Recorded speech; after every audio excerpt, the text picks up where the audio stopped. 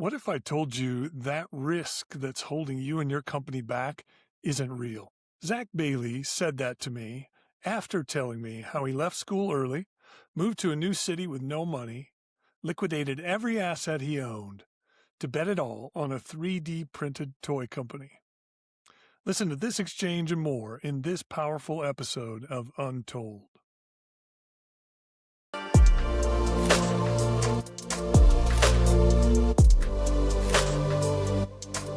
Hey, welcome everyone to Untold, the best kept secrets in Utah. The Untold podcast exists because the best business lessons don't show up in the headlines. They're the things the founder had to give up, the calls that looked wrong at the time, and the moments that what was working stopped working. My guest today is Zach Bailey, founder and CEO of ZB Designs and creator of Wigglets, a line of 3D printed fidget collectible toys that won Collectible Toy of the Year and has gone from a handful of retail stores to thousands of doors nationwide in a single year, 800% growth. That's the kind of number that looks really fun and clean from the outside. But behind that growth are a host of painful decisions, brutal trade-offs, things that never make the press page. And that's what we're here to talk with Zack about is, what's the price of that growth? What are some of the challenges behind that 800% number? Welcome. Glad you're here, Zack. Yeah, thanks for having me. Awesome. Hey, I know you have a couple of those Wigglets around. Maybe just hold them up to the camera. I'd love to see just so people can connect the dots. Maybe if they see them in the store or something, they know where it came from. You bet. I'll just show a couple here. This Uh-huh. is our turtle. And this is what these are. They're about an inch and a quarter in size, and they all move and wiggle in the most satisfying way. Basically, the first mini collectible toy that comes alive in your hands with these very satisfying loose link joints. They're a collectible, they're a fidget toy, and they're a lot of fun. People love collecting these. We've got hundreds and hundreds. You can see some of the different collections behind me, and we're actually launching our new dinosaur theme here in just a couple of days. So I'm really excited about that. Awesome. Well, good luck with that launch. I'm curious, one of the things we talked about in our intro session was we're both engineers. Yeah. And we kind of laughed a little bit in our session that we didn't always feel like we fit in necessarily with the engineer crowd. And maybe sometimes it was like a little bit of a square peg in a round hole kind of feeling. Yeah. I'm curious, what got you through engineering school? So what allowed you to finish? And then how has that background served you in what you're doing now? Yeah. Well, so funny thing, I actually didn't finish engineering school. I had about a year and a half left away from graduating with my mechanical engineering degree from Utah State. And I actually left school to pursue this business full time. That said, I learned a lot while I was in school. It was always a challenge. I didn't always feel like I fit in with my other classmates. I have a hard time in a classroom setting, kind of staying focused or staying engaged. I like kind of more hands-on work, digging in and getting my hands dirty. But I've also always been, I've felt a magnetic pull towards science and problem solving and sort of mathematical type processes. And that's helped a lot in business. One class in particular I took actually at Snow College, where I went to school for a couple of years before transferring to Utah State. I learned some 3D modeling, and that sort of gave me a rough framework to build from that has been extremely helpful. I learned the very surface level basics of coding and things like that, which combined with the new AI boom that's been going on, that's been very helpful as well. But ultimately, it's just kind of the desire to solve problems in a technical way and get strategic with it. I think the biggest thing I got from school by far is the discipline needed to solve problems that maybe aren't always exciting the whole way. Everything's Mm. fun when you get in, but as soon as it gets hard and you realize, oh crap, I don't know what I'm doing here quite like I maybe hoped I did. That's when the discipline comes in, and when you've sat through 3+ calculus classes, hating every minute, you kind of learn how to just push through. Yeah, this has got to pay off at some point, right? Yeah, Um, exactly. speaking of kind of sticking to it, I was looking at your LinkedIn page and you were describing some of your early business journey was, you kind of had to take on whatever work was there, and at some point you realized Yeah. you needed to make a choice, and you had to kind of go all in. And pick your path, if you will. What was the Yeah. moment you realized that the approach of trying to do everything was a ceiling for you and your business? Um, I don't know if there was one moment, but yeah, just like you said in the beginning, it was anything I could do to make a few dollars because I committed to this business all in before we had any sort of a proven track record. There was no consistent cash flow. Like it was a huge risk for us. Me and my wife, who's she's less involved in the business now, but hugely influential, and we wouldn't be here where we are without her. She is the mother to, well, we had a baby about a year ago. And so in the last year, she's taken some steps back, and I've tried to fill in the best I can. And yeah, sorry, I digress. Mhm. The question was, how did I know to go all in on something? Really, it was at the start, it was anything that brought in money. And then over time, as you start to find a couple things that work, you naturally invest in those with more time, more energy. Mm.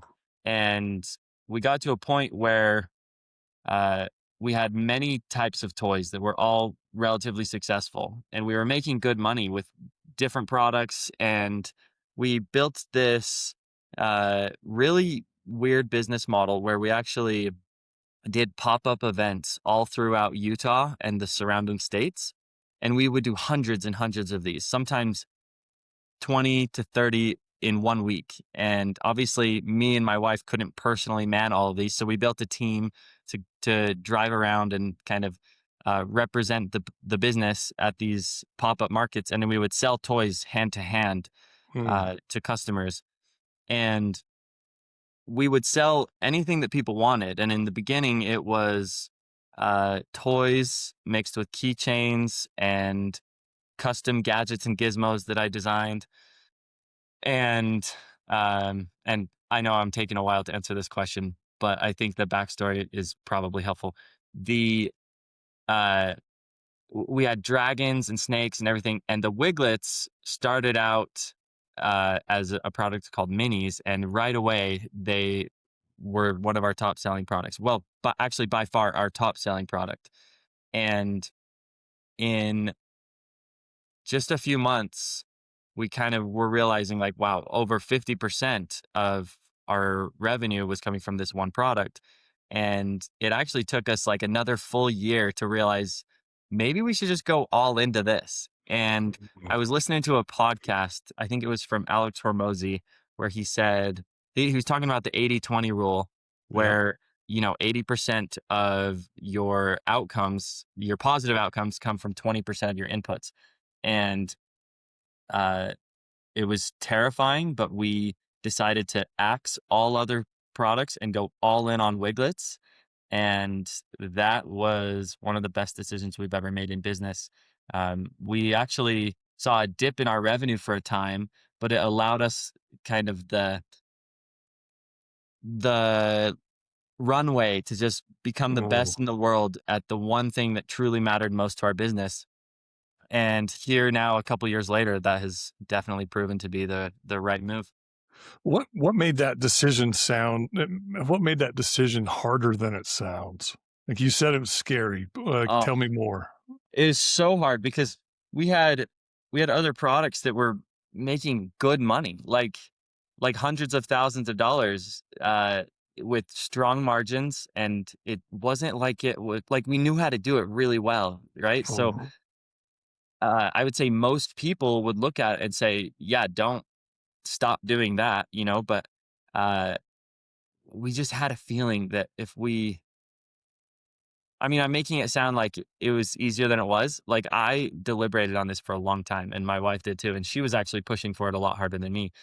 But uh, it was so hard to leave that money on the table, and Mm. so it was so like unconventional to walk away from something. But uh, yeah, we did it, and it ended up being good. That's not the first. That wasn't the first really hard decision ever. That's for sure, and it definitely wasn't the last. Mm. You mentioned that, early on you were doing a lot of the design, and I think in our first call you mentioned that the product line is kind of, moving without you now, like it's kind of moving all on its own. What were the hard decisions behind that transformation, right? Of you being kind of the lead designer, and now you're doing other things. Like tell me about that transition. Yeah. Um, I mean, a lot of it's just fear, right? Like when you hear all around in life, like if you want something done right, you got to do it yourself, and that's kind of like deeply ingrained, especially because when this business started, like at one point everything was me, right? Mhm. And as you grow, you learn that you have to pass things off, because if you don't, you're going to plateau, right? Like I've been really aggressive over our business's kind of history in always offloading everything I can from my plate, because I know that I'm not capable of keeping up with everything all at once. So even though product development and, Wigglets design was originally sort of this process that I sort of pioneered and developed, uh, it was taking so much of my time. And I knew that if I didn't get it to someone else, I would be just forever stuck putting 50, 60, 70% of my time into this. And Mm. that means that the other 30% of my time was all that was available that, could kind of push forward other areas of the business that might be a larger constraint. So the fear of passing it off and wondering if it could ever truly be the same without me was big. And it took a long time. Like, I think it was like I mean, at least a year and a half of very careful, like, transition, slowly taking another step back and then another step back and another Mm. step back. But, um, I mean, and it's also hard because I love the design and Mm. I really enjoy that aspect of things. And giving that to someone else and sort of saying goodbye to it mostly, right? Like I don't do very much of that anymore. It's hard because uh, that was kind of my creative outlet in a lot of ways. But just like dropping those other, micro brands and in favor of going all in on Wiglets, it was definitely the right choice because my team was able to take everything that I could teach them, and then when I stepped away, they actually got way better at it than I ever was. And now the Wiglets Mm. that we're designing are consistently miles ahead of anything that I could have done without them. And we're also cranking out designs much faster than we used to. Mm. Like before, I maybe would be able to do one or two a month. And now we can do potentially three or four in one day if we're really hitting the gas hard. Wow. So, Wow. yeah. So as you were letting go of that and the team's scaling, right? And you're letting go of it because there's more demands on your time. What were you finding that you needed to do that maybe you weren't ready to do, or that you didn't realize you needed to do until you let go of other stuff? I mean, almost every other area of the business, right? Like we operate off of the theory of constraints, where we try to find, I say we, me and my team, we try to find the one thing that is constraining our growth more than anything else. And then every available resource religiously goes towards crushing that constraint. And just, we think we use the analogy of zip ties clamped onto a hose, right? Like sometimes you'll relieve one and then there's just another one down the path a little bit. And we just hit these constraints really hard one at a time. And when all my attention is going towards one area, it doesn't give me the chance to step back and to look into other areas. So once I was able to pass off product development, uh, or most aspects of product development, it gave me the freedom to really look at our biggest constraint, which was how do we. Well, there was two, and there's supply and demand in business, and supply was a major constraint this time last year. We had this massive explosion into retail, where we were once mostly a direct to consumer brand, primarily selling hand to hand, like I mentioned before, and then we launched our toys into retail and sort of said, hey, look at us. We're now here in the business to business toy world. And we just got devoured, like totally eaten alive. And we went from, you know, pretty well keeping up with demand to being absolutely just underwater with 6-week lead times. People would place orders and we'd say like, yeah, that's great that you want these Wiglets, but you're gonna have to wait 6 weeks. And along the way, we were just dumping every available dollar back into scaling our print farm. Like 2025, January 1st, I think we had around 160 printers. And then by the end of 2025, we had thousands. And we now run the largest 3D print farm anywhere in the United States. And uh, answering your question, stepping away from product development and other things that kind of tied me in working in the business instead of on the business, it allows me to truly solve the problem that's constraining the business, which at that time, during the 800% growth that you mentioned earlier, it was all about how do we grow this machine that allows us to scale production. And we reached a point where we caught up, and then I had to step back from that, and I have amazing people now running that machine. And now most of this year, it's been about brand building, marketing, and big business to business sales processes. Mm.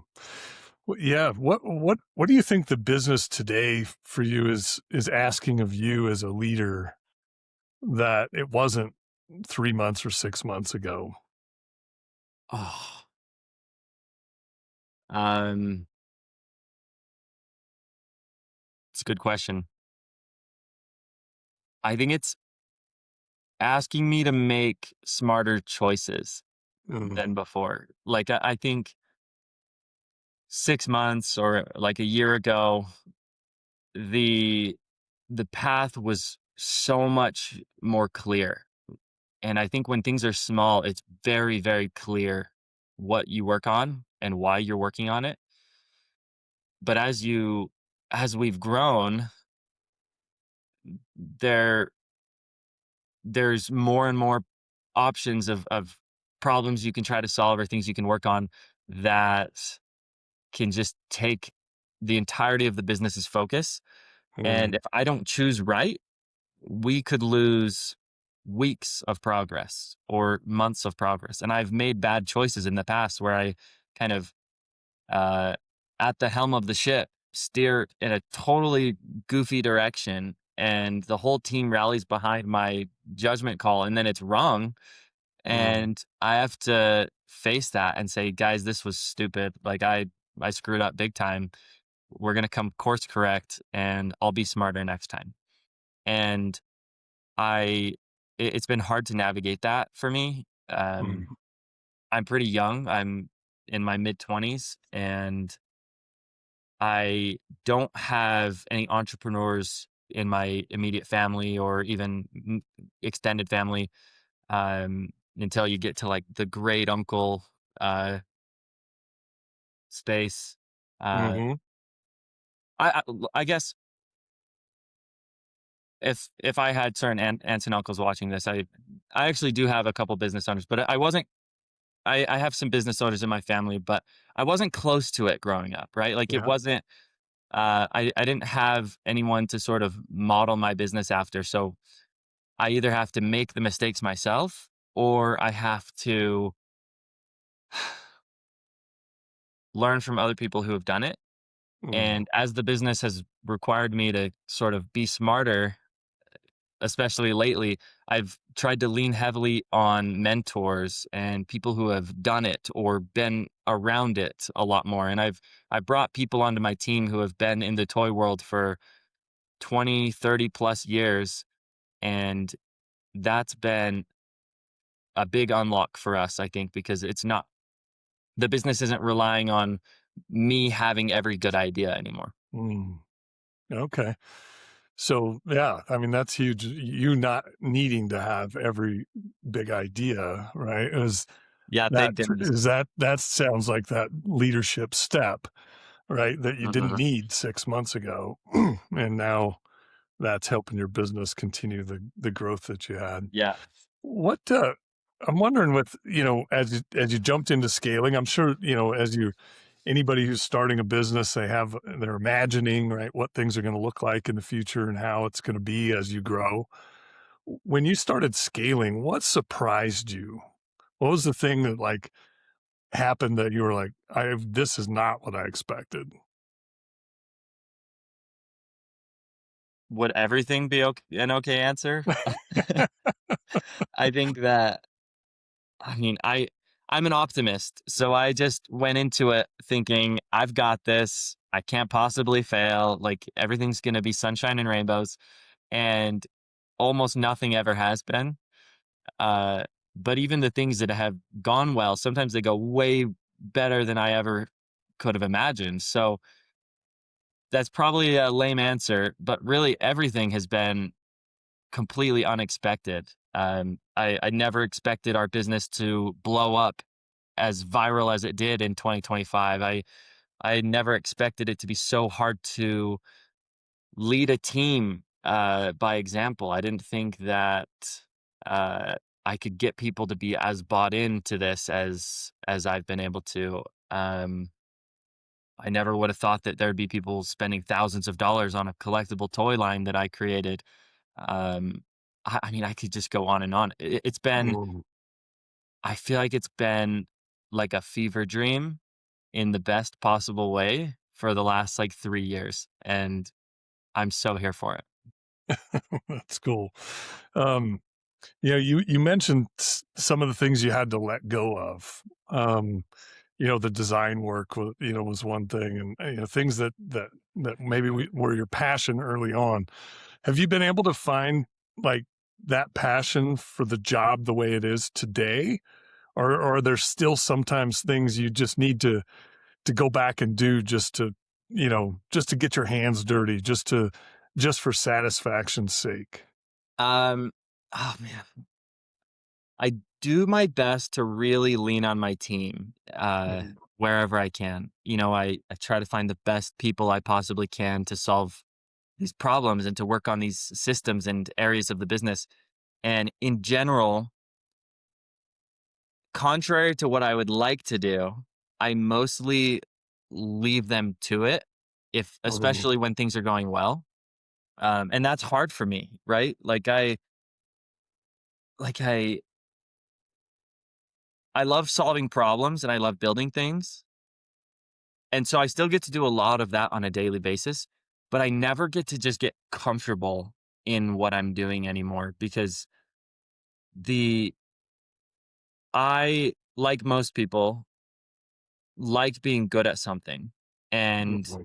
typically as a CEO and a founder, I'm typically the one that's sort of kind of pioneering new areas because we kind of have like I need to know at least on a rough operational level how things work before I can reliably pass it to someone else. Otherwise, I'm not going to know what good looks like.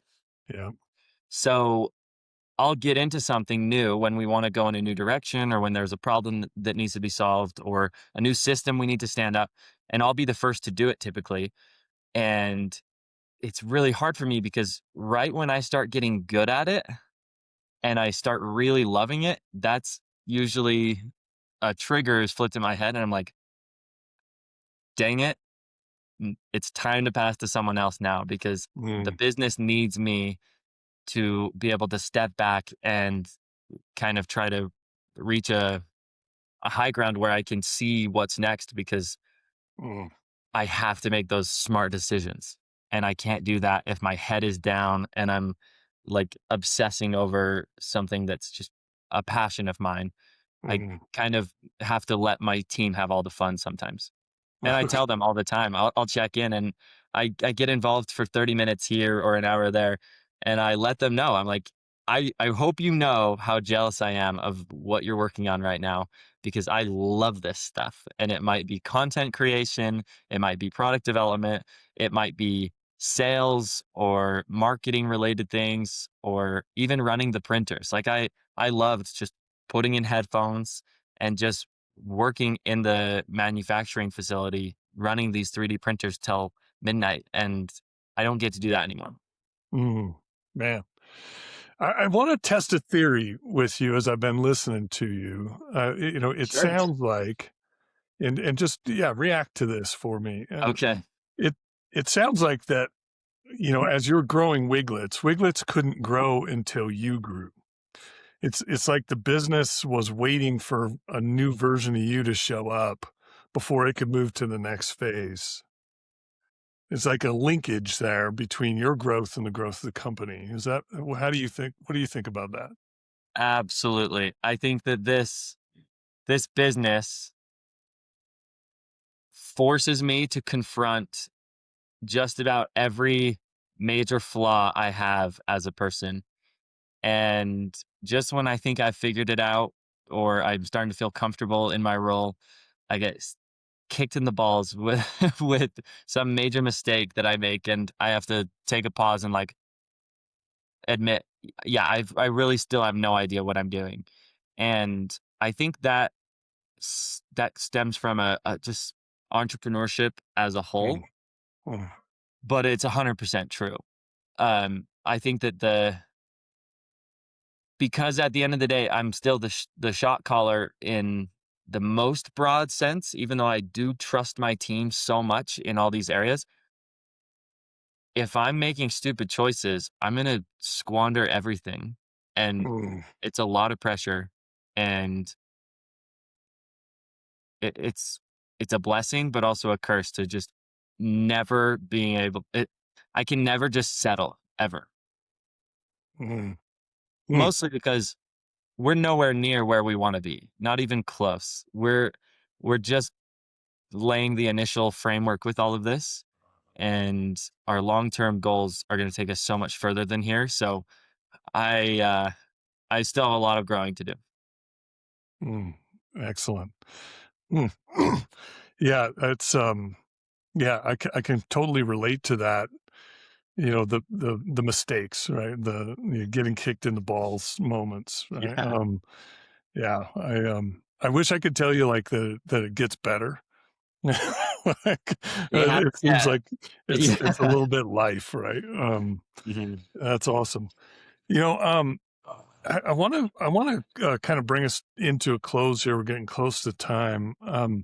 You know, you took a lot of risk, a lot of, you had some big jumping off points in your career. This podcast is for people. I hope to inspire other entrepreneurs, that next generation of entrepreneurs. If someone was listening to this and they're sitting with a big decision, about to say yes to something that's good because good feels safe, what would you want them to hear about your experience? They're about to say yes to something that's good because good feels safe. Yeah. So they're not going to take a risk. That's what I'm hearing. Yeah. I mean, I think taking risks has served me very well in the last several years. And I think that this is maybe like deviating from what you're asking just a little bit, but I feel like most people are not ever risking quite as much as they think they are, especially Mm. young people, especially young people. And I think that there aren't enough people nowadays like truly going after what they want and what their dreams are. And I mean, I'm a big proponent of figure out what you want, be real about what you think it'll take to get there, be real about the consequences or the cost, decide if that's worth it or not to get what you want. And if you truly believe it is, go for it and Mm. don't stop for anything. Don't stop because people judge you. Don't stop because you look ridiculous, because that will never stop. Don't let the risk scare you away. And I think that people forget that I believe most perceived risk is imaginary because there's a safe route. And when I was in school, I was so locked in on this conventionally wise path to go to school, get good grades, get a job, work really hard, live below my means, invest money, buy a house, save, let things compound, and then try to retire in my 40s or 50s, ideally, with a strong nest egg and compound interest doing most of the work. And I know that's oversimplifying, but I think what people forget is that there's risk in that too, because when you go get a job somewhere, you could get laid off any day. Mm. Mhm. And I see that, at least right now, I have my own fate in my own hands more than I would if I was working for someone else. So I'm in no way saying that there's a problem with working, a 9 to 5 or working for a company or anything like that. I think that's fantastic. But if you're someone who really, really has big dreams and you really like have that urge to go build something, go do it. Mm. Sounded like, you mentioned that a lot of the risk people feel or see is imaginary or overstated. Like, it sounds like you had a recognition moment at some point. Like, can you give me an example of like when did you feel that or learn that? Um,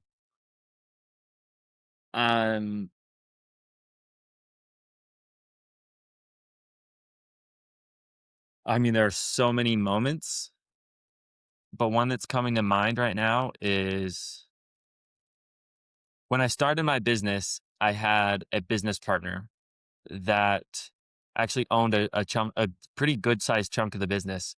And, uh, when you first start, you'll never be as naive as that ever again. Right. And I made a deal that I probably didn't need to or never should have or anything like that. And about a year into that deal, I realized that it wasn't a good fit. And so I proposed a buyout from my partner. Mhm. And to do that, my wife and I had to liquidate every single asset that we had. I was really big into stocks and investing in college and like late high Uh-huh. school. And I had a pretty good nest egg built in, and we sold every single penny of our stocks and pulled it all out. And that's what we used to buy out our partner. And at that same time, we moved from Logan to Ogden. Yeah. So new area, new friends, completely new environment. I mean, I know the Ogden area, but we moved and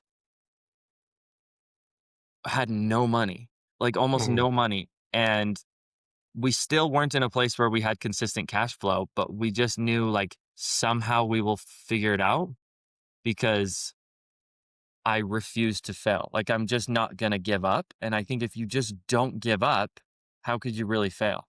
And Mm, I might sound crazy, but in doing that, like we had less than a month's, like we had less than 1 month worth of cash to survive off of.